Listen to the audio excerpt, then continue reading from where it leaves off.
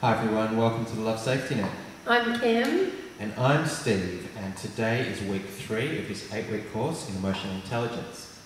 And today we'll be talking about disconnection and connection and the dramatic effect these concepts can have on our lives. Yes, by the end of today's class, we hope that you might have a really clear idea about the kind of glue that forms healthy connections with our family and friends, and some ideas of new daily habits you may want to incorporate to build deep and lasting relationships in your life with your loved ones. We also hope to help you spot some of the dangers of us becoming disconnected from the people around us. So in this age of TV, iPods and home computers, spending time with our loved ones and family can often take second place. Our brains are hardwired to be attracted to faces and to feel a connection with faces that are familiar. But many of us now spend more time looking at celebrities and people we don't know than we spend with the people we do know and love in our community. This alienation can lead to family dysfunction and even to teenage suicide. So we have a lot to get through in today's class. It's a really good one, I reckon. One that we both feel very passionate about. Yeah, it's really exciting because this is really getting into the nuts and bolts of it, I think. Yeah, we're up to week 3 and starting to get into it. So we'll get straight into clearing the slate. And if you have a look in your booklets today, the ideas that we're tackling, the bad ideas that we're tackling today, is that there's some kind of soulmate or divine purpose for your life that's out there waiting for you, and life is like some kind of a treasure hunt where you need to actually find that person or that thing that you're here to do. I think that's a pretty common idea. Very. More common than you're probably prepared to admit, I reckon.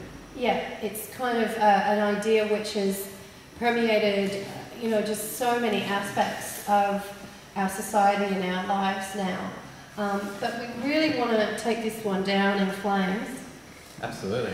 And really just show just how dangerous this idea is, exactly where it's come from. So we're going to spend a little bit more time on clearing the slate today than we do usually. But it is a really nice introduction for us to then get into the opposite side of the coin, which is attachment. And in a way, I guess, by showing the dangers of disconnection, how easily it happens, and some of the ways that it happens.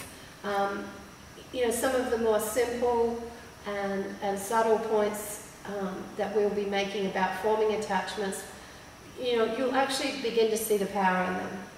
Absolutely, and I think it's really important to know that, I know it's important to focus on the positive, but in this respect and in this particular class, it really is, we've got a huge problem in front of us that it's going to take us a long while to cut down. I mean, it's a relatively new concept for me as well, what we're about to talk about Romanticism. So, it is quite a big theme to get through first before we move to the resolution, which is the attachment and all of the positive stuff. But we can tackle it. Absolutely, we're easy, we can do it. So you're gonna hop into our reading for the week, Steve. Sure. Okay. Our reading, first reading. It's just a couple of short paragraphs, and the book's called "Hey Nietzsche, Leave Them Kids Alone," which I love and it's hilarious. The author is Craig Shufton, and he's an Australian academic, broadcaster, author, and all-round good bloke. So this chapter is called "Sentimentalists," and it's on the topic of what's there on Clear the Slate. He's talking about Romanticism. And he says, "Romantic love," says Rupert Christensen, "began sometime between 1763 and 1774, not that long ago.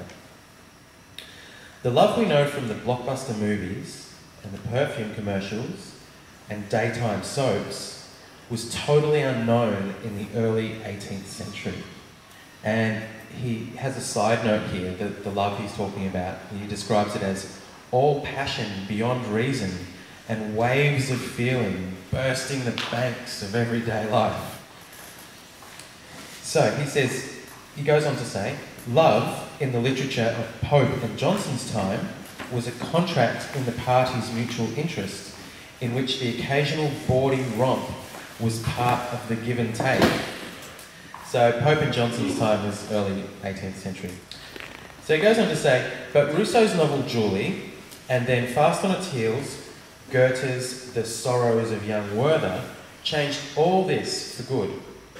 In these books, love is not part of the normal fabric of social relationships. It's something so powerful and irrational that society can barely accommodate it. And when an earlier age might have used these eruptions of emotion to teach the reader a lesson about the wages of sin, here the moral universe of Christianity was reversed. So I just want to qualify, I haven't read Johnson, Pope, Rousseau or Goethe, so this is all just quotes. But I think it's very important. He's outlining how, really at a time, this is a fairly new phenomenon. I mean, we're only talking about 250 years ago that Romanticism was really, became part of our social fabric. And before that time, as I've mentioned in the booklet, the idea of, we brought up midlife crisis briefly last week, but that kind of idea that somebody would, could justify abandoning their family and their responsibilities because they had a crush on somebody else, or because there was some divine destiny in a career out there waiting for them, would have been just completely preposterous. People that wouldn't have been seen, it wouldn't have been seen in any way the light where it is now, where our society's come to the stage where, in music and in literature and in the movies that we see, we get this idea all the time, you've got to follow your heart, you've got to follow your passion, this big thing is out there waiting for you. And I think that really does need challenging, because Young Werther, the book they were talking about, I mean, really the only reason why these ideas became so popular is because they sold so well. And Romanticism really still does sell a lot of products even now. So, I mean, we're talking about only the last 250 years where romance as a genre is a way to sell particular products, whether it's the painting, the music, the television, the perfume, whatever it is, it really is just a way to get us to take action and fork over our money. And Goethe, for instance, later on he was very embarrassed about that book. It was a book that he said he would never read again. He was really quite ashamed of having written it and felt that it had really done a lot of damage, even though it had been a hugely successful seller. And because he grew up and he realised that the ideas that he had when he was writing that book, when he was, going through a very tragic love affair when he was really only in his late teens, were immature ideas, but they were very powerful ideas that really did seduce people very easily. And I guess, like a lot of things that aren't good for us, can also be addictive. And straight after this, though, because of the success of that novel, and there was people like Lord Byron and a lot of other people that just hopped straight on the bandwagon and made their entire careers out of writing literature that really showed this idea of emotional excess, of our own personal emotions being more important than being responsible or respectful of the people around us, of there being something sacred or divine in that.